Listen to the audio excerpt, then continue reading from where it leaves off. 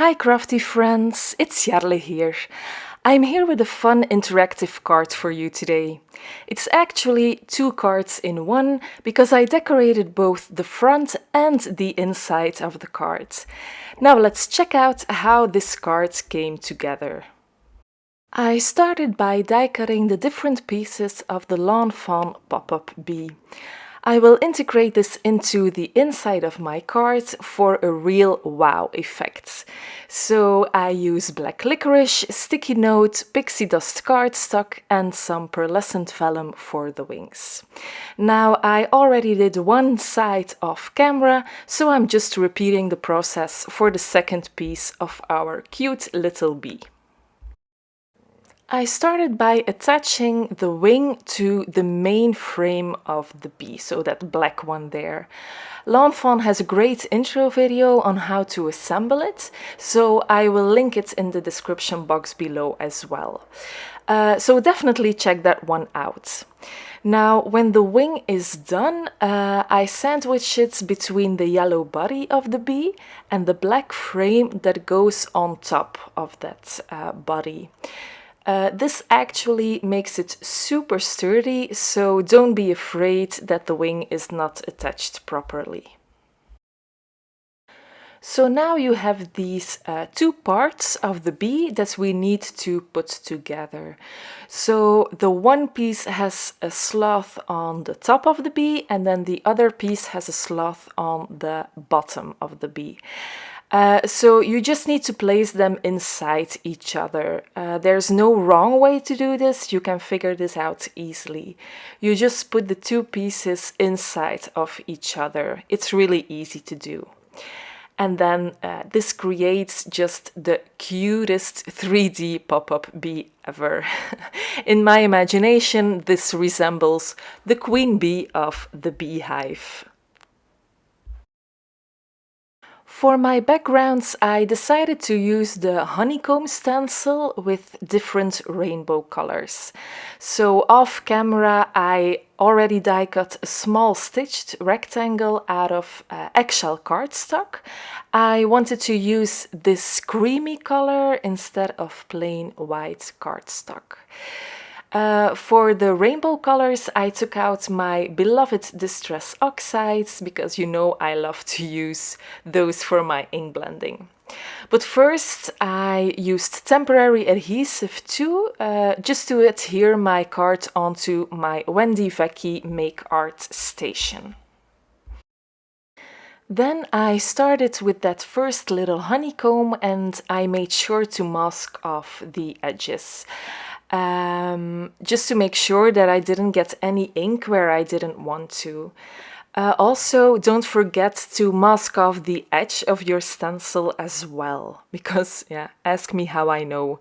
I've had that happen many times, that I masked off other areas of the stencil, but I forgot the edge, so I was left with an ink smudge.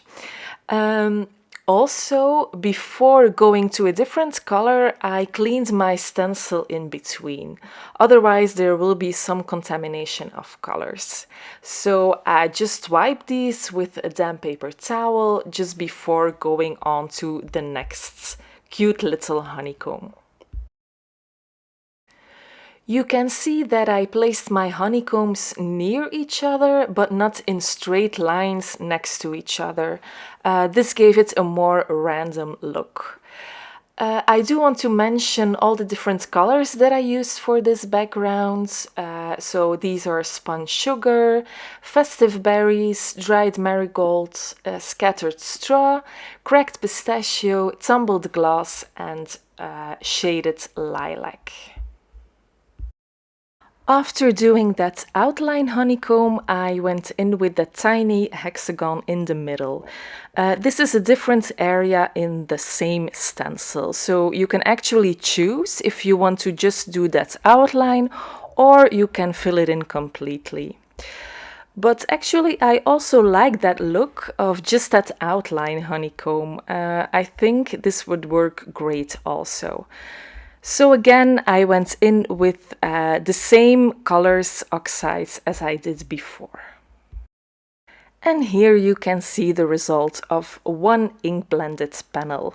Isn't it gorgeous? I absolutely love it. Now I wanted to match that pop-up bee with the background a little bit more. So I die cut that bee once more out of eggshell cardstock. So that same eggshell cardstock that I used before. But I actually cut off the bee, so I was left with just that base piece. This was very easy to do. I just popped up that bee a bit and I trimmed it off with my scissors. Then I put some glue on that black base and I put the eggshell base on top.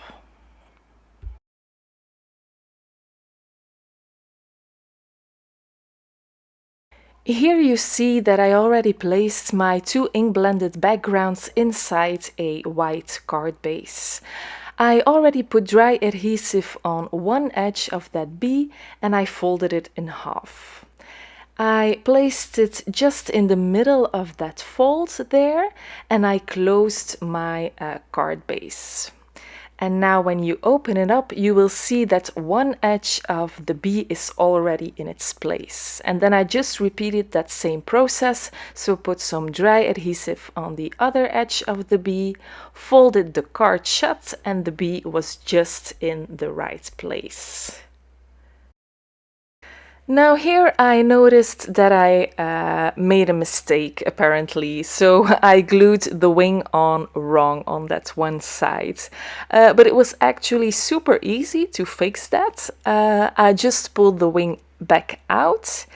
Then I put on some liquid glue again on the wing and then attached it right back in between those two pieces of the body. And then I closed it with my tweezers to let it dry completely, just so that it's super secure again. And no one will ever realize that there was something wrong.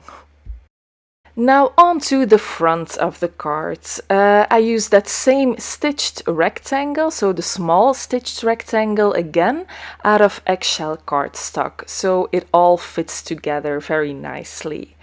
And then I masked off the bottom portion of that panel with some heavy doodle masking tape.